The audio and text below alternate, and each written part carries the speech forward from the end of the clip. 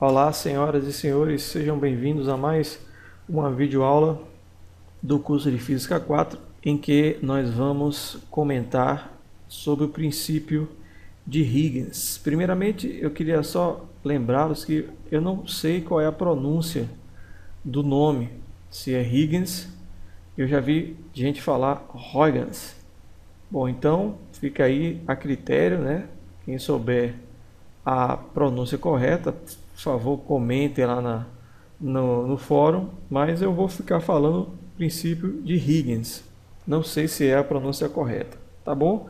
Esse princípio ele foi utilizado para explicar a propagação retilínea da luz através de princípios ondulatórios, certo? E a ideia é a seguinte: a grande questão é como explicar a propagação retilínea da luz através de princípios ondulatórios. Se a gente observar uma sombra, a sombra do, sei lá, a luz do sol entrando pela janela do quarto, é meio difícil imaginar que aquilo ali é uma onda, né? Porque aquilo ali você vê claramente uma propagação retilínea. Então, como é possível que a luz, na verdade que a onda em geral, ela consiga se propagar em linha reta? Para isso, inventou-se esse princípio, né, do Huygens, que é o próprio autor desse princípio, que diz o seguinte: todos os pontos de uma frente de onda se comportam como fontes pontuais de ondas secundárias. O que quer dizer isso? Eu fiz aqui um desenho para vocês compreenderem melhor o funcionamento. Então imagine que aqui eu tenho nossas frentes de ondas paralelas, né, que você já conhece lá da ótica geométrica, né, propagação retilínea, né, esses aqui são nossos raios de luz, essas setinhas, e as frentes de ondas são paralelas à direção de propagação. E o que é que Huygens diz? Que cada ponto dessa frente de onda se comporta como uma fonte pontual de onda secundária. Então, se eu pegar um ponto aqui, esse ponto, nessa frente de onda, ele se comporta como se fosse uma fonte de onda secundária. Então, esse desenho vermelho aqui é como se tivesse emitido ondas secundárias. Como é uma fonte pontual, ele emite ondas circulares, né? Isso para um único ponto. Mas se eu fizer isso para vários pontos da frente de onda, eu vou estar vendo uma coisa mais ou menos assim. Tá vendo? Cada ponto emitindo uma onda secundária e circular, porque são fontes pontuais. Claro que na prática teria que ser muito mais pontos do que o que está desenhado aqui, mas senão ficaria um desenho muito complicado de se ver, né? Mas o que é que acontece? Essas várias fontes, essas várias ondas secundárias, elas acabam se interferindo, e a frente de onda resultante disso vai ser justamente a linha tangencial de cada onda secundária dessa daqui. Essa parte intermediária, como existe muita mistura de ondas secundárias, acabaria se interferindo destrutivamente.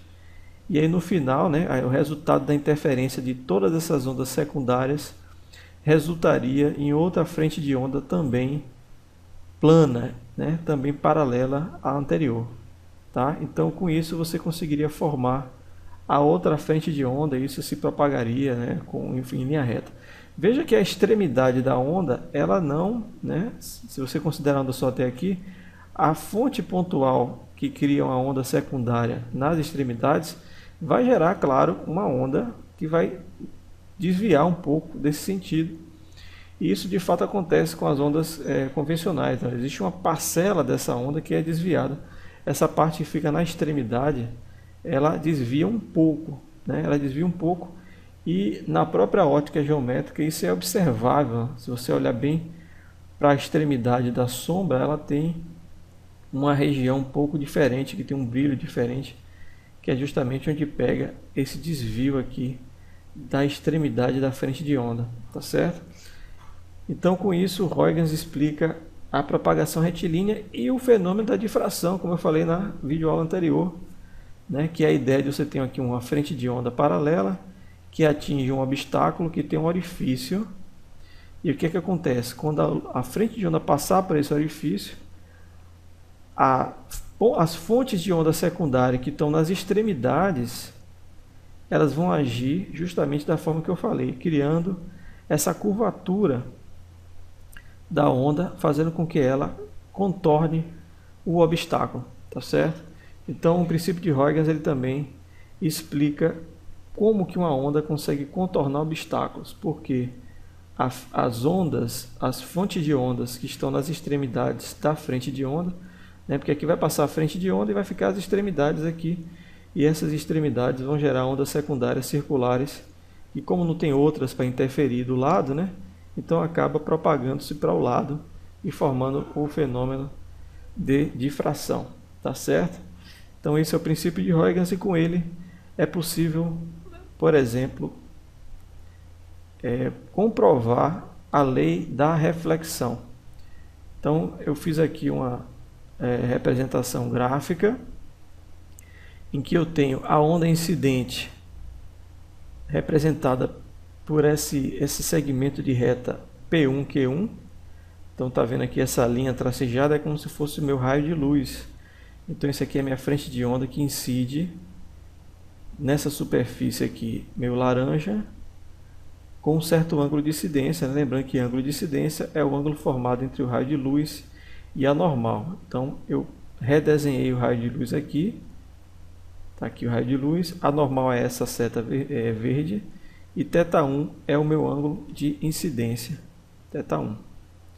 Então o que é que acontece? Essa frente de onda ela vem, bate na superfície e reflete na direção BC aqui. E aí, como vocês sabem, o ângulo de reflexão é o ângulo formado entre o raio refletido, que é essa linha tracejada refletida, e a normal, que nesse caso é θ1'. Tá certo? Bom, o que vai acontecer? Quando essa onda bater, esse lado da frente de onda vai ser o primeiro a atingir a superfície e, consequentemente, o primeiro a sofrer reflexão. Então, à medida que o tempo vai passando, cada ponto desse aqui da frente de onda vai atingindo a superfície e vai sendo refletido. Então, esse lado reflete primeiro, depois esse, aí vai progressivamente até que essa ponta aqui da frente de onda é a última a atingir a superfície.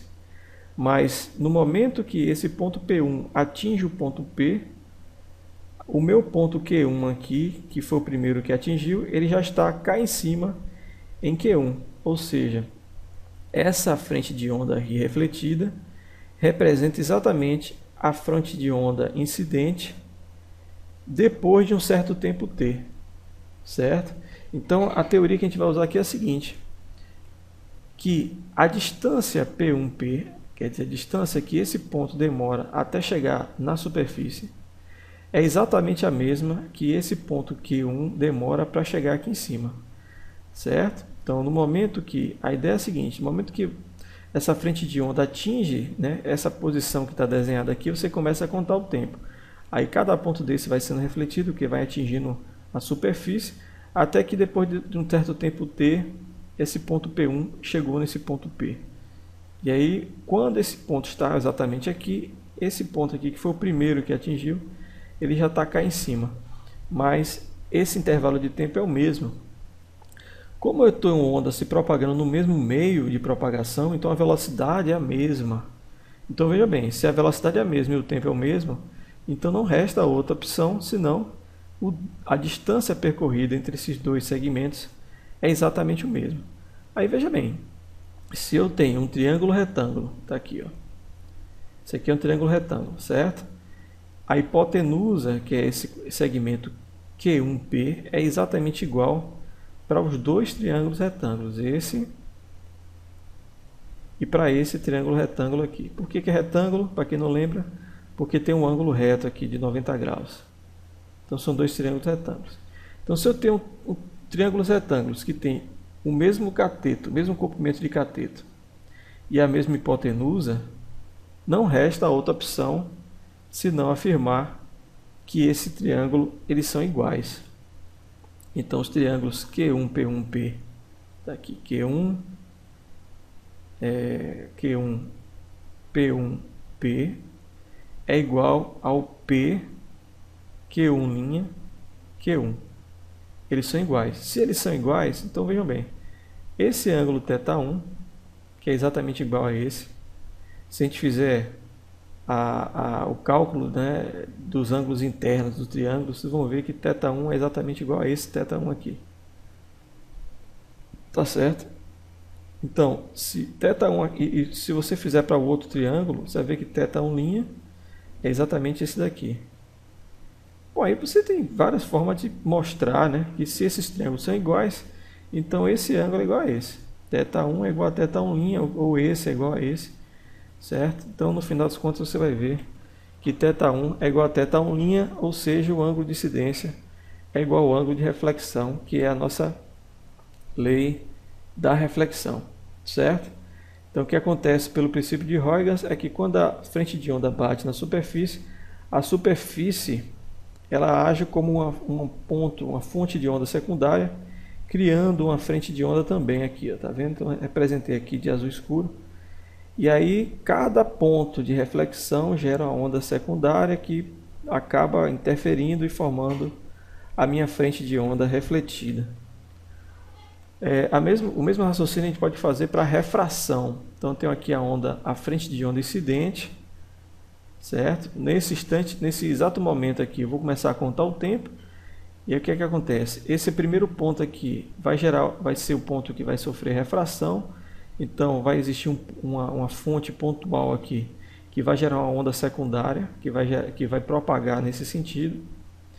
E ao longo do tempo, cada ponto desse aqui vai atingindo a superfície e vai refratando, até que esse ponto P1, atinge esse ponto P, né, nesse mesmo intervalo de tempo T. Então, depois de um certo intervalo de tempo, essa frente de onda que estava aqui, ela passa a estar aqui nesse ponto. Como vocês sabem, a onda refratada ela sofre uma mudança na direção de propagação. Então, essa inclinação é ligeiramente diferente dessa, tá certo? E aí, vamos lá para o nosso raciocínio. Então, a frente de onda incidente é P1Q, está aqui. Então, você sabe que o ângulo entre o raio incidente está aqui, né, que é esse mesmo aqui e é esse mesmo aqui. Esse ângulo que faz com a normal é o ângulo de incidência, θ1. E o raio refratado, eu tenho aqui a direção do raio refratado, e esse ângulo com a normal é o θ2, que é o ângulo de refração. Então, eu sei que a distância percorrida entre o ponto Q e o ponto Q2 durou o mesmo tempo entre o ponto P1 e o ponto P. Só que como eu tenho meios de propagação diferentemente do que aconteceu no caso anterior, então as distâncias não são iguais, certo? Então, a distância de P1P, que é D1, é percorrida no mesmo instante de tempo de Q2, que é a distância D2. Então, a gente pode fazer essa relação aqui, ó. O tempo é o mesmo, tá? Então, eu igualei as duas relações de tempo, né? Isso aqui vem da cinemática. Velocidade é distância sobre tempo, aí inverteu. Então, tempo é distância sobre velocidade. Como o tempo é o mesmo para as duas situações, eu igualei. V1 é a velocidade de propagação no meio 1, aqui, e V2 no meio 2. Eu vou tirar essas relações de distância através dos triângulos, da ótica, da geometria plana. QP1P, aqui Q, P1P, então é esse triângulo aqui de cima. Então, desse triângulo, eu posso calcular essa distância D1 através desse ângulo θ1, né, que novamente, né, você pode fazer, como isso aqui faz 90 graus, ó, é possível fazer uma relação para encontrar e provar que esse ângulo é igual a esse, né? Tentem fazer isso, vocês vão ver que não é nada complicado. Esse ângulo é igual a esse. Então, através desse ângulo, a gente consegue calcular a distância D1 através da hipotenusa, que é esse comprimento. A mesma coisa a gente pode fazer com o triângulo QPQ2. QPQ2, está aqui, ó, esse triângulo aqui, que também é retângulo, e também eu posso provar que esse ângulo θ2 é igual a esse ângulo aqui. E aí, pela relação de seno, eu consigo calcular a distância D2, que é justamente o que a gente faz aqui, ó. Seno de θ1, seno é cateto oposto, está aqui, D1, sobre a hipotenusa, que é esse comprimento aqui, que é o lado oposto ao ângulo reto. Isso chama-se hipotenusa, que é a distância QP. E aí, bom, só faço evidenciar o D1. D1 é QP seno de θ1.